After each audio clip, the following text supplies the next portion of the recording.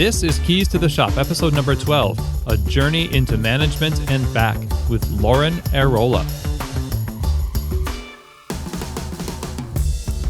Hey everybody, and welcome to Keys to the Shop. My name is Chris DeFiorio. I'm your host, and this podcast is dedicated to giving you insights, inspiration, and the tools you need to grow as a coffee service professional. And today is going to be a good one. A Journey into Management and Back. Sounds like a sci-fi title of a movie or something, but we're talking with Lauren Airola of Onyx Coffee Lab in Northwest Arkansas about her journey from being a barista, then a manager, then back to being a barista. Now, you might recognize the name Onyx Coffee Lab because it's a super famous coffee bar and roastery in Northwest Arkansas. They've won good food awards for their coffee, just a fantastic roastery. Andrea and John Allen are the owners, and Andrea is a super great competitor. She is the second place finisher of the 2016 United States Barista Championships and just recently won the Austin, Texas Coffee Champs event and is going out to compete in Seattle in April. They have fantastic stores, super busy, amazing design, cutting-edge beverage menus. They're just killing the coffee game. And our guest today, Lauren Airola, has been with them since the beginning. First as a barista for 2 years, and then she took on a significant management role within the company and did that job for 3 years until recently in January, she went back to being a barista.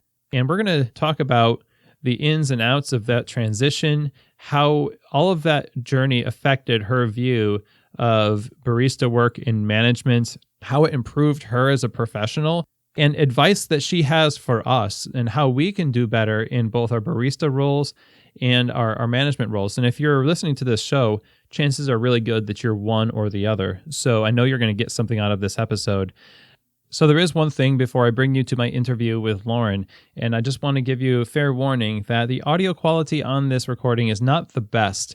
It was recorded in a cafe, and so there's some background noise here and there. You know, it's a coffee podcast, so I suppose it really just adds to the ambiance of the whole thing. In fact, in one part, Lauren talks about cappuccinos and somebody starts steaming milk right at the same time. So how much more appropriate can you get? It's like we planned it.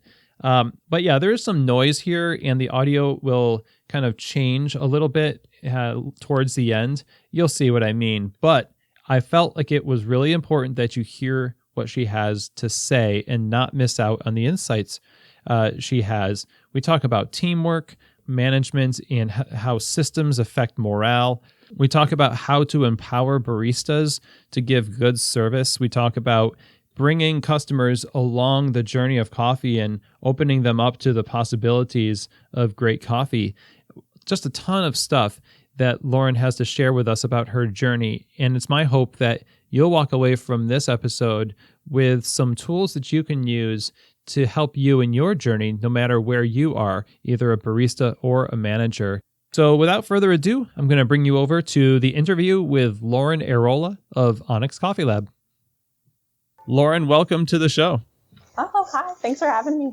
Yeah, I'm really excited to get to talk to you about your origin in coffee. Like where you come from, how did you get into coffee, and your experiences in management and barista work. Let's just dive right into it and hear, like, how did you start into this coffee world?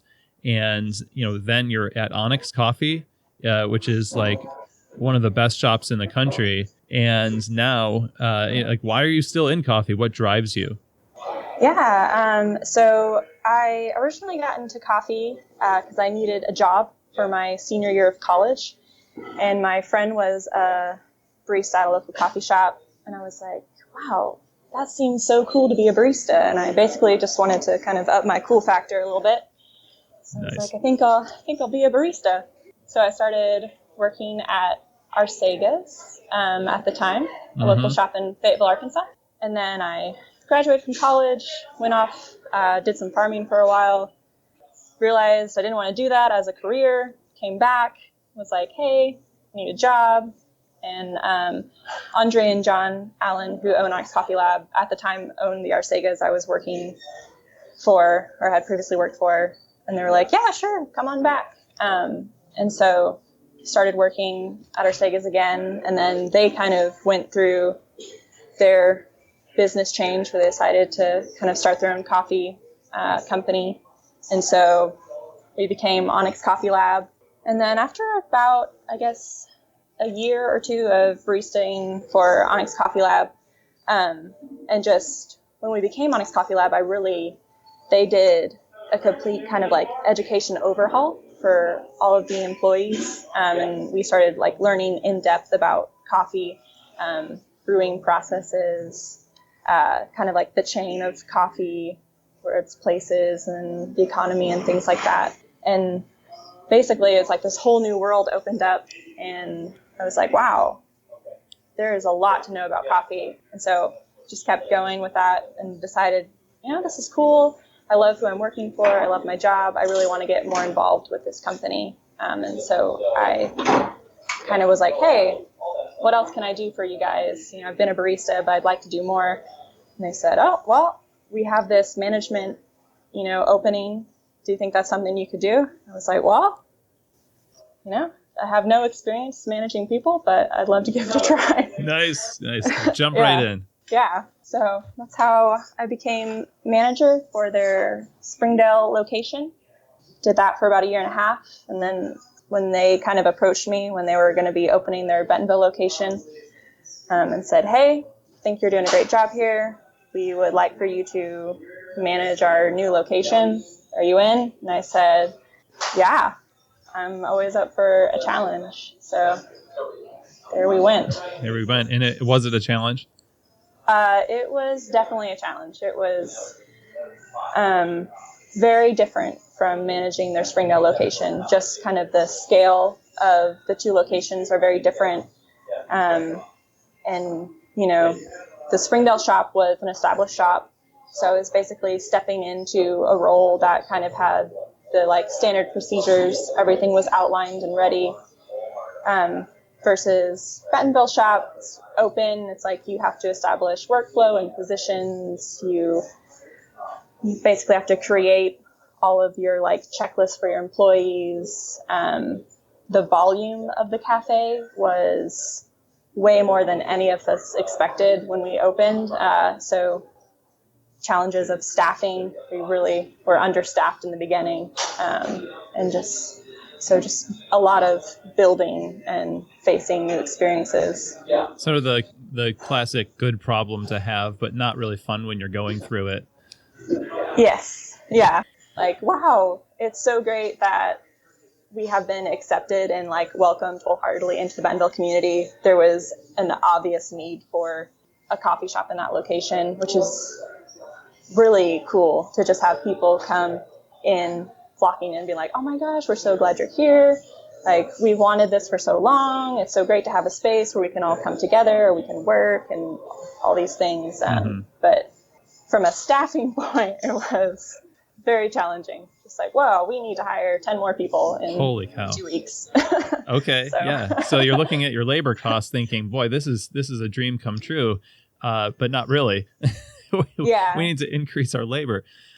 So that was a difficult challenge for you at that Bentonville location, but kind of a cool growing experience nonetheless, I imagine. Yeah, definitely.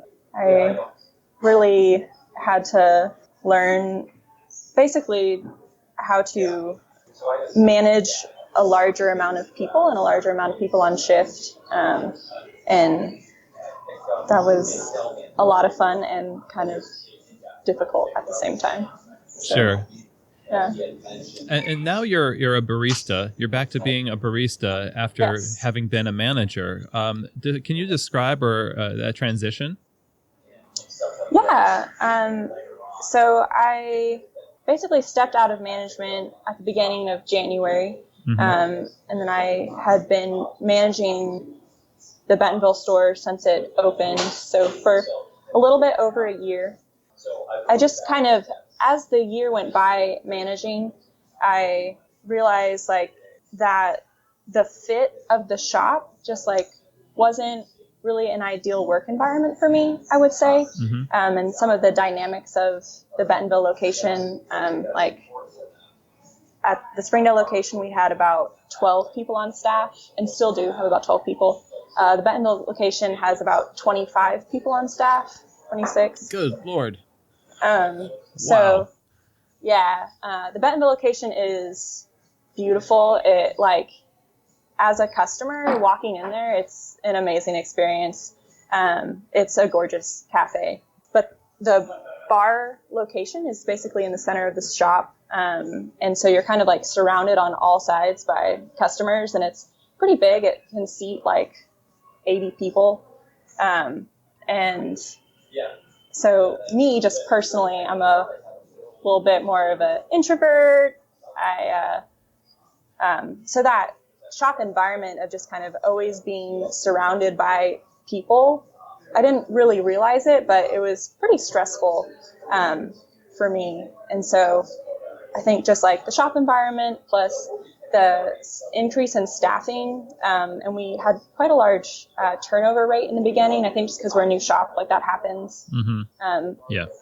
You're hiring all new staff. People don't have certain expectations of the shop and like the job, and then you're working at this location that's really busy. And so it's not the kind of like laid back job I think most people imagine being a barista to be. Oh, sure. Yeah.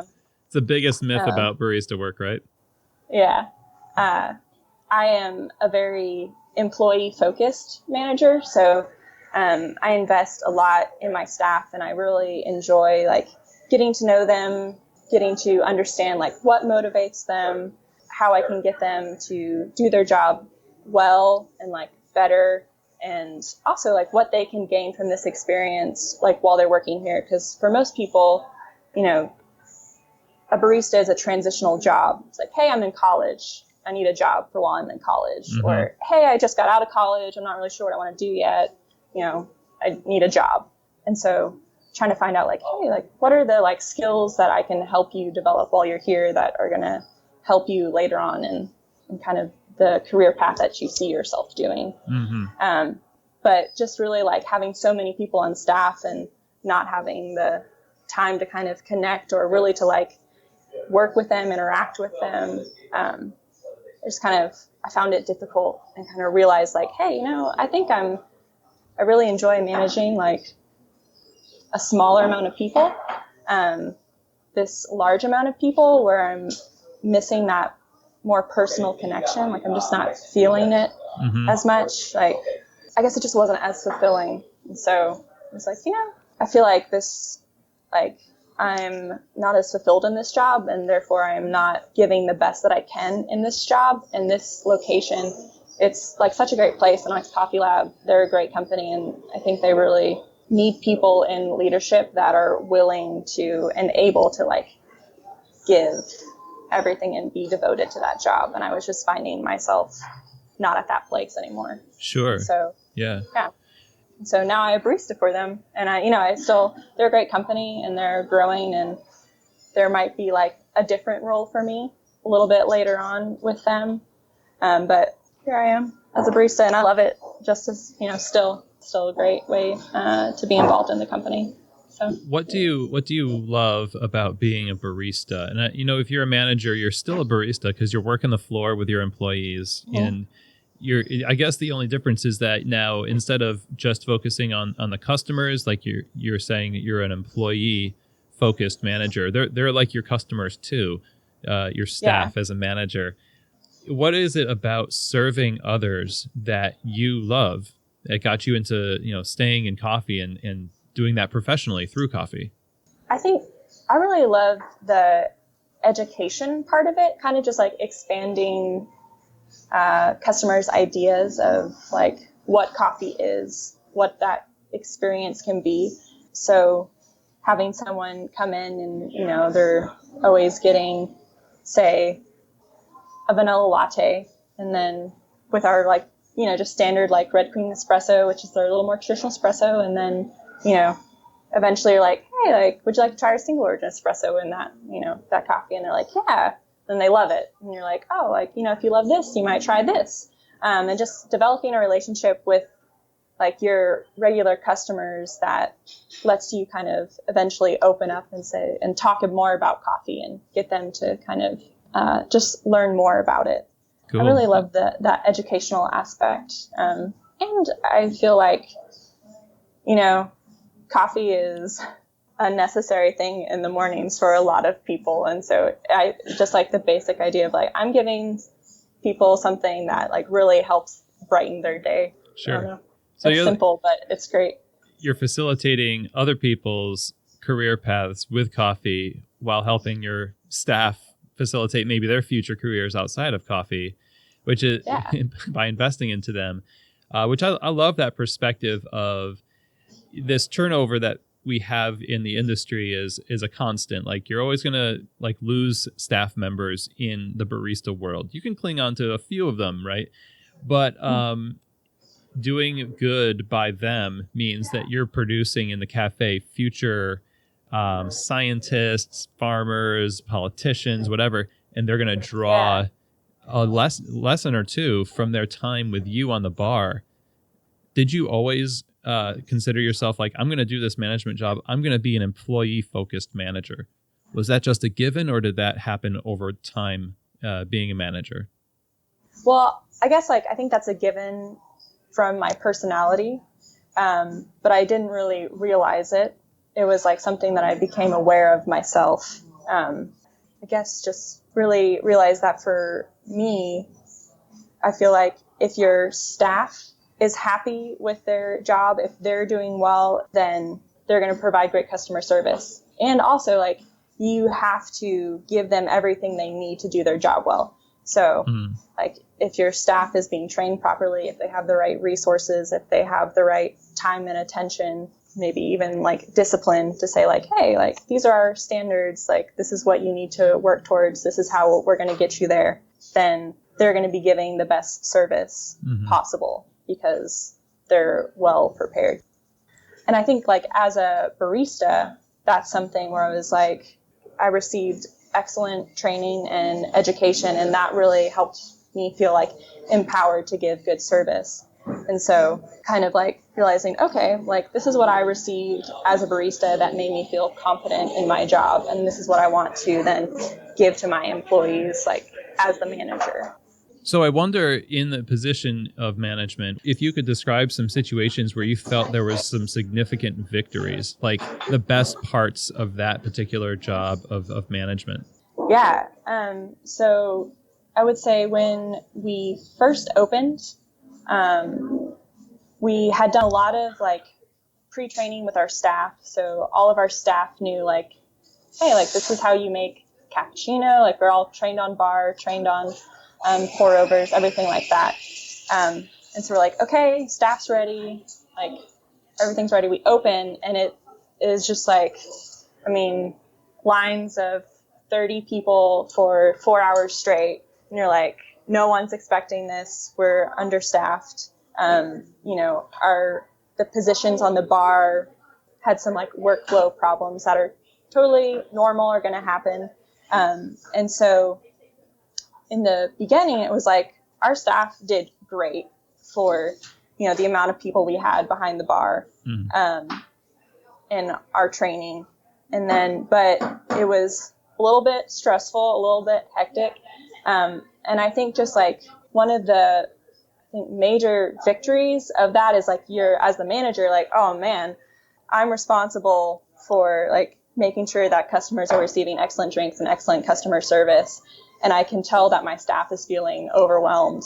And so there's like that worry that maybe they're not giving the best customer service right now that they could give. And kind of over like a month or two of just people gaining experience, but also like really defining positions, really defining workflow, and kind of easing that overwhelming feeling from your staff. And then working a shift where like everyone knows what they're doing, everyone's working well together, we're like busy, but you're like feeling good about it. And that kind of victory that you have after the shift, where you're like, man, like we were so busy, but we just slayed it. Like we just, Nice. We had lines to the door for 4 hours, and like everyone had a smile on their face and felt good about it, versus like everyone was at first feeling a little overwhelmed and unsure of their skill level. Like, can I really do this? I think that was definitely one of the best feelings, when you really like put in the effort and kind of like communicate that trust to your staff of like, hey, like we can do this, we got this, and then they deliver on that. So nice. That's so foundational too, to, the times where you got everything a little bit more in order, but everyone remembers that time where nobody thought we were going to make it, like what's going to happen, but we all got through it. So it sets the tone for like, if we could do that, then we can do this today, because we did that then. I want to ask, because I think it's kind of true that management is just as much a leadership role as it is administrative. And so people look to you to be the example, but the work that you do is largely behind the scenes sometimes. Like there's the relationship aspect, but then if stuff doesn't get ordered that you need, like morale can go down because, well, there ain't no more 8-ounce cups. What are we going to do? So now I wonder, how did that work for you, making the transition between being a barista where you're out in front of people and you're making latte art? You get a lot of praise as a barista. And I think Bethany Hargrove mentioned this in her recent Barista Magazine article about transitioning from a barista to a roaster. How did you deal with that transition between being out in front and receiving that positive feedback, maybe more, and having to rely on, this is the right move, even if you're not thanked as much for it? Yeah. So one of the things is, I think that is one of my strengths, maybe, because like I love serving behind the scenes. I'm very task oriented and system oriented.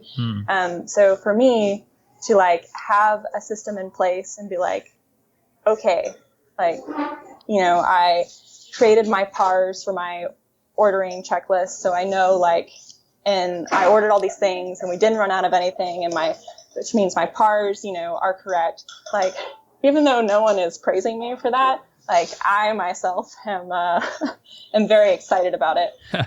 Nice. So I think in that aspect, that was probably one of the easier things for me. Nice. To kind of transition to, because I am a very task-based person, and I do really love like serving behind the scenes. And kind of being like, okay, like I've set everything up for like you to succeed in your job. Nice. And also I think like just knowing when there's a time when you do run out of something, and like you're out of cups, and your employees are having to like tell customers like, oh, like I'm sorry, we ran out of our coconut sorbet, so we can't make our Onyx shake for you, which is one of our most popular items. Oh yeah. And the disappointment or frustration that your employees are then having to deal with, like just like seeing that and being like, oh man, like that my employee had nothing to do with that. Like that is on me for like not having my PARs correct, but they're the one that's like dealing with the customer's frustration. I think it's just like seeing that is something where you want to prevent that as much as possible. Do you feel now, you're in a barista position again? Oh, I can almost guess the answer to this. It seems like you have a better understanding of what a manager goes through as a barista. Was your perspective on management different when you were a barista versus now as a barista, having done it? Yes. Yeah. It was, I don't think I realized as a barista, like all of the tasks and responsibilities that a manager has, or, at least a manager with Onyx Coffee Lab maybe, and all of the basically like time that they are always on call. So when I was a barista before and like something would happen, I would just kind of like text my manager, or, if I wasn't feeling well, I'd be like, hey, look, I'm not feeling well. Like, can you help me with this? Like, I need to get my shift covered. Yeah. And then as a manager, like receiving like all of those texts and calls and things like that. That's funny. And just knowing like that's a serious time demand. now I'm like, oh, I'm not feeling well. Like I'm just going to feel better somehow because I don't want to bother, my current manager. Right. You have to magically cure yourself as a manager to Yes. cover for people who are sick. Like one of our stores here in Louisville, like that, all of the baristas just went through the same sickness in succession, and the manager just had to do the same thing, like receive these calls and like missed two meetings, manager meetings in a row just because of people calling in. And that's the part of the job that's just sort of kind of a bummer, but it's also a servant, opportunity to serve. And definitely the time demands I did not realize. So as a barista now, how did doing this role as manager change how you work as a barista? I think being a manager, working shifts like with your staff, you are the example, and so that means like you're example for customer service, you're the example for like behavior behind the bar, how you work with your fellow coworkers, but also like your barista skills. So I was a good barista, before I became a manager. But when I became a manager, I was very focused on like, okay, like I need to know what I'm doing, because when stuff goes wrong, it's like me they're coming to. And, so if I don't have the answer, I don't know. I mean, it's okay to not have the answer sometimes, but like basically like my, espresso skills, like understanding the grinder, pulling espressos, if something happens, like how do I fix it? How do I get it back to where it's tasting good? Milk steaming skills, latte art skills, pour over skills, all of those things. Like I definitely saw a big increase in those skills, just like kind of being very aware of my skills and everything like that as a manager. Now that I'm a barista, it's like I can keep all of those skills. And I think also just like skills in terms of work environment, like how to keep a kind of cohesive work environment with your fellow employees. That's something that I'm very tuned into now. And so when I'm on shifts, it's like I really try to make sure like, hey, like we have a positive work environment that's like positive for me and my fellow baristas. We're having a good time, but we're working hard, and like our customers see that, and that, customers can kind of join into that. Sure. So that's awesome. So I imagine it also helps you relate more to the current manager. Yes. Yeah. So like now you don't want to call them up when you're sick. You're like, oh man, I know what it's like. Yeah. Right. Yeah. Sometimes, sometimes I still get calls from the other managers like, hey. Oh, right. Like this happens. What did you used to do? I'm like, oh, okay. Well, that's nice. That's a cool thing to be able to help out with. I want to kind of change directions a little bit, not necessarily, but I would really like to know if we want to improve ourselves as baristas, or wherever we are in the cafe, what advice would you have for us to sort of do right now, and what can we do in the positions we're in to improve, based on your experiences of becoming a better barista through jumping in as a manager, through discovering your leadership style, all that? What are some things that we can start to do to advance ourselves and become better at what we do? Yeah. I mean, I would say that for me, it was really about understanding my strengths, and kind of being self-aware of like, okay, like I know that my strengths are tasks and like attention to detail. I'm a little bit of a perfectionist, so it's like my strengths are I'm going to produce a quality product. I'm going to make sure that my station is like clean. I'm going to have good workflow. My weaknesses are customer service. So like understanding like, okay, like these are my strengths and I'm going to do all these things well. But like, this is my weakness. So focusing a little bit more on that and kind of saying like, okay, like if this is what I'm, my weakness is, how can I improve this? Like, how can I be better at this? Maybe asking others, for help. Maybe finding someone. For me, it was like finding a fellow barista that I thought provided excellent customer service and kind of just like watching their behavior and learning a little bit of like, okay, so like this is what they do. Like, how can I mimic this a little bit? Or how can I take this and, deliver the same thing, but a little bit more through my personal style? And just generally being aware of like, oh, I'm interacting with a customer, like I need to make sure that like I'm seeing the customer first instead of completing this task, right. Something like that. Right. So I think just understanding your strengths and weaknesses and really focusing a little bit on those weaknesses and how you can improve them. Sure. And then I also think just in general, like if you're, currently a barista, but you're wanting to grow somewhere else, like just asking, your manager or your boss or a trainer, like, hey, like, this is where I am, but like, I really am interested in this. And like, how can I get there? How can I take that next step?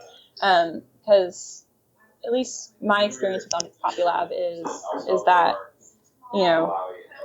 they didn't approach me about management. I was like, hey, I really like am interested in doing something more for you. They were like, okay, like this is what's available. I'm like, all right, well, I think I can do this. And just like not being afraid to take a challenge and see where it gets you. Okay, so we can improve ourselves by focusing on our strengths and kind of recognizing where we can, what are our strengths and kind of working on our weaknesses in the positions we are in right now. And I like what you brought up too about, taking the initiative to approach your boss, your manager, to ask about what more can I do for the company, especially phrased like that. I just sat down with a barista just yesterday talking about that very thing. Like he wanted to advance, and currently there's no options on the floor right now. And so that's an interesting situation. Like, what do you say to a person who knows that there aren't any like other jobs currently, but they still want to do more? How can they prepare themselves?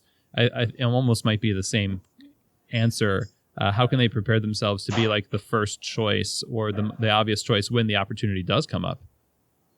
Yeah. I think if they know where, like, what direction they want to go to, like, if it's management, say, like, I'm really interested in managing, then, but there's not an opportunity. Just like talking to their boss about like, hey, what are the skills that you're looking for? And how can I learn kind of those, like, as a barista, maybe? Often some of that is just like, okay, well, like, you have your strengths of you're really great with your other coworkers. You seem to demonstrate leadership well, but your actual barista skills, aren't quite up to par for being in a leadership role. So, then maybe they would say, like, I would consider like working on your barista skills. But I think just basically just getting like specific, like qualities that maybe your boss like looks for in the position. So that you can work on them either through, being a barista, but maybe also like some extracurricular activities. So if it's like they're looking for leadership skills, then there are other ways through like volunteer work or even like a leadership course that can kind of get you an advantage when they're considering the next time that opportunity comes up. It's almost like you got to study what is valuable to the place that you're currently working, in terms of values. Sometimes, ownership and management don't often communicate their values so explicitly as they would if you just asked directly. what those things, like, Mm-hmm. what do you value more, this or that? Like, everyone's real busy, doing the manager thing and the owner Yeah. thing. So you kind of have to track them down and make it happen. And you'll probably get an earful, I imagine, because I don't think Yes. many people take the time to actually ask that question of their bosses. Definitely. And, and it would be different, like, if you were wanting to do, like, a training job. It's like, hey, like, I'm really interested in, becoming a trainer. Mm-hmm. And then, like, that is really about, like, okay, well, if you're going to train people, then you need to have a lot of knowledge on the content that you're training them on. Sure. And you also need to demonstrate, like, your ability to teach. So, which is, not necessarily the same skills you need to have to manage. They're similar, but they're different. So Sure. Okay, so here's where the recording kind of goes a little bit sideways, and we can't really hear very much of what's being said without significant distraction. So I'm going to fill in the last question that I asked Lauren, and I'm going to give you her response to that question. Okay, so the question I followed up with is, how can we as managers or leaders better engage our employees? How can we lead better? And her answer was that it's a two-prong approach. First, you have to know and invest into the individual. You got to know what makes them tick, what motivates them, how do they learn, and engage them. It can be hard because you might have a different schedule than they do, so they could be working a night shift all the time and you work during the day. But if you want to be, like Lauren, a employee-focused manager, which I completely agree with that stance. I think that's the ideal, and you should, I'm totally biased towards that perspective, because I think when you care for your people, you set up the entire organization for success. So you got to find a way to do that, even though it might be a little tricky. Okay, so that's the first thing. Get to know the individual, know what motivates them, learn how to engage them, make a way, even if it's a little tricky to do so. The second thing is you've got to provide structures. You got to provide systems for information, knowledge, workflow, checklists, all those things, so that people know what to do, how to do it, all of the marks for how are we going to be successful in doing this. You've got to provide and facilitate an environment for success through those things. So, like she talked about the par level that she has being accurate behind the bar. Yeah, she doesn't get praise for doing that, but it creates an environment where people can serve without worrying that they're going to run out of things. That is a powerful position to be in as a manager. Okay, so that's the second thing. Basically, you have to facilitate people's success by providing them the systems and the structures that facilitate that success. So this whole interview was just really enlightening. From what she shared with us about knowing your strengths and weaknesses, how the journey really gave her a more clear understanding of what she loved about working in coffee, and now as a barista, how much more empowered she feels to do the things that are meaningful to her in coffee work, focusing on the customer, developing a positive atmosphere in the cafe. And I really like her advice, not only to us as managers, but for baristas. Take the initiative. If you want to advance in your role, let's say you want to become a manager, or maybe you just want to become a better barista, take the initiative to reach out to your manager, your boss, find out what it is that they value in that position, and go to work on it. You can enlist the help of your friends on the bar. You can find somebody that's really good at customer service, for instance, which was Lauren's example, where she found somebody who was better than she was at customer service and learned from them. You need to learn how to get people to help you along the way. And taking the first step of engaging people in that process is really, really critical. So I really appreciated that and everything else that Lauren shared. So thanks again, Lauren, for your time and all of your insights. And I think I would speak for all of us that I know that we would all be delighted to work alongside you in the bar or to have you as our manager. So thanks a lot. The show notes for this episode are available on keystotheshop.com under the resources tab, which is linked to in the show description. And if you want to give feedback or any kind of comments or stuff like that, you can do so by emailing chris@keystotheshop.com. And I would definitely like to hear from you guys and your thoughts on the show thus far. How can I make this show better? How can I make it more relevant to your situation? Definitely want to serve the professional coffee community well. Also, I would definitely encourage you to share this episode with a friend, rate the show on iTunes, and leave a review. All of that helps the show get out in front of more people, and it helps the information that's presented in these episodes get into the hands of more coffee professionals. And that's all for now. Until next week, when we come back here at Keys to the Shop, I'm wishing you guys a really fantastic week. Take time to engage your staff individually.